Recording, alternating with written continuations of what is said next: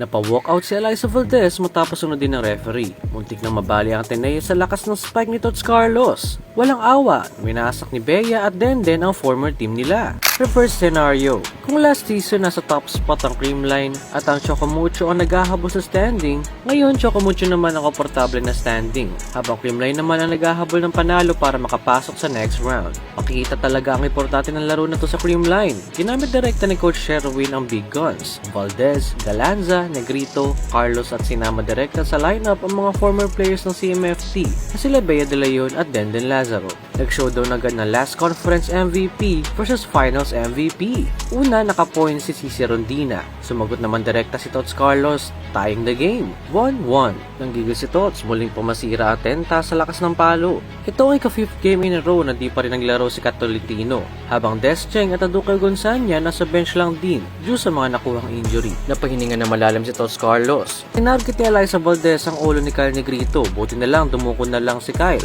kung hindi na headshot talaga. Classic Kyle, tinapos ang set 1 with 1-2 play, 25-17. Better start naman ang Chocomucho sa second set. Una, naka-distance sa Creamline. Battle of present captain versus former captain ng Chocomucho sa net. Pinasok ni Coach Dante si Dina Wong. Pinakitaan naman direkta ni Gemma Galanza si Wong ng malakas na atake. Early timeout. 3 points pa lang ang lamang ng Chocomucho, tumawag na ang Creamline ng timeout. 1-on-1 sa net ng present captain versus former captain ng Chocomucho. Na-block ni De Leon ang big quick ni Maddie Madayag. Bawi naman direkta si Maddie with a power tip.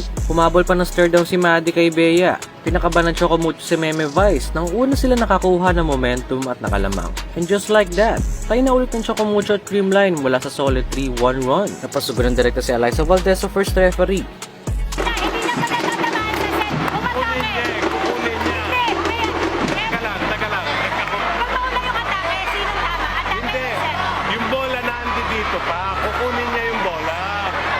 Napa-walkout si Baldo. Si Coach Sherwin naman kausap ang referee. Bumawi direkta si Valdez sa point na binigay ng referee sa Chocomucho. Makikita sa atake niya na may gigil sa malingkol ng referee. Labas angat swag ulit si Maddie Madayag nang na-block niya ang counter-attack ni Bea de Leon. Bumawi naman si BDL sa well-executed combination play.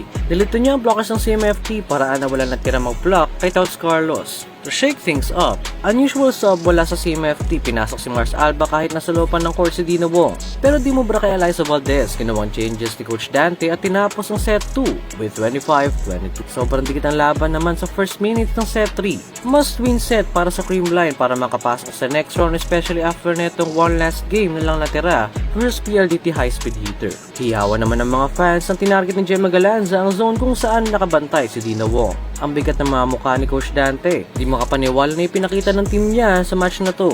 Missing factor ng CMFT si Mars Alba. Huli na nang nagising. Di pa sanay sa pressure pagkalaban ng sister team ng Creamline. Everything is clicking sa Creamline. Umabot na lang ng second technical timeout, di pa rin makakuha ng momentum ang Chocomucho. Usang moment naman mga idol, tinulungan ng Creamline si Alba dahil umabot na sa kabilang court para makuha ang second ball. Nagkalituhan pa sa second ball si Cici at Nunag. Muntik na di makatayo ulit sa Rondina sa bagal nila Nunag. Last minutes pinakaba naman ng Chocomucho si Coach Sherwin na gumawa ng saving coup match point points. Pero sa huli ang Creamline na nagawi ng panalo, 25-19. Next game mga idol, April 20, Petrogas versus Galleries at 2 p.m. Cheritigo versus Akari Chargers at 4 p.m. PLDT versus Signal at 6 p.m.